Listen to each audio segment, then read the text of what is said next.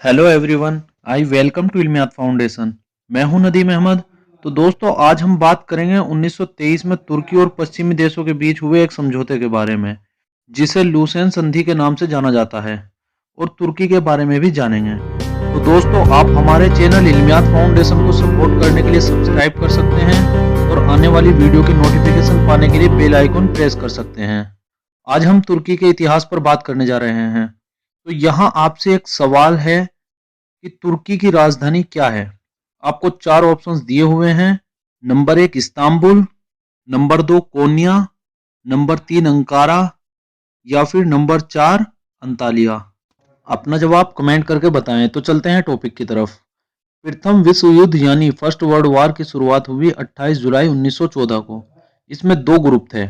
एक तरफ थे अलाइड पावर्स और दूसरी तरफ थे सेंट्रल पावर्स। अलाइड पावर्स में फ्रांस, रसिया, ब्रिटेन, यूएसए थे, जबकि सेंट्रल पावर्स में जर्मनी, ऑस्ट्रिया हंगरी, बुल्गारिया और ओटोमन अंपायर थे। यह युद्ध 11 नवंबर 1918 को समाप्त हुआ, जिसमें पश्चिमी देशों यानी अलाइड पावर्स की जीत हुई और सेंट्रल पावर्स की हार हुई, जिसमें ओटोमन अंपायर को बहुत बड़ा नुकसान झेलना पड़ा और ओटोमन अंपायर के अंडर आने वाले देशों में आजादी की मांग उठने लगी, जिसकी शुरुआत सऊदी अरब से हुई। इसके बाद मिडिल ईस्ट और उत्तरी अफ्रीका के लगभग 40 मुस्लिम देश खिलाफत उस्मानिया से अलग हो गए। पश्चिमी देशों की साजिशें कामयाब रहीं और मुसलमानों की सबसे बड़ी हुकूमत, जो कि 600 सालों से कायम थी, पूरी तरह टूट गई। सन 1922 आते आते खिलाफत उस्मानिया की सरहदें सिमटकर आज के तुर्की तक रह गई थी। तुर्की अब बहुत ज्यादा कमजोर हो चुका था। इसी का फायदा उठाकर फ्रांस और ब्रिटेन ने मिलकर जबरदस्ती तुर्की के साथ एक एग्रीमेंट किया। ये एग्रीमेंट 24 जुलाई 1923 को स्विट्जरलैंड के शहर ल्यूसेन में हुआ, इसलिए इस एग्रीमेंट का नाम पड़ा ट्रीटी ऑफ लूसेन।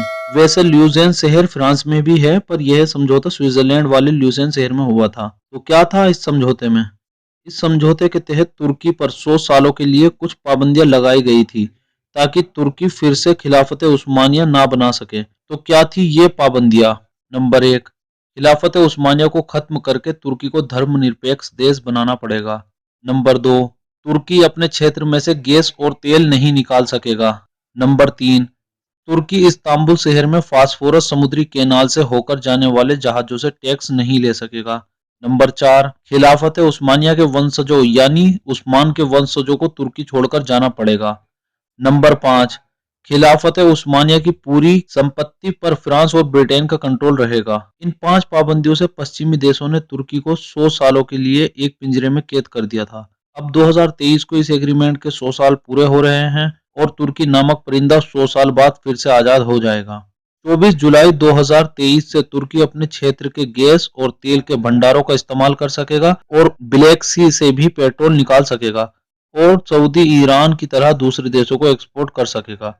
इसके अलावा फास्फोरस कैनाल से गुजरने वाले सभी जहाजों से अरबों डॉलर टैक्स वसूल सकेगा। अर्तुगरुल गाजी के वंशज, जो कि अभी सीरिया, माल्टा और इटली जैसे देशों में रह रहे हैं, वो वापस अपने देश तुर्की आ सकेंगे। इसीलिए तुर्की के राष्ट्रपति रजब तैयब अर्दगान कहते हैं कि तुर्की 2023 के बाद पहले जैसा तुर्की नहीं रहेगा।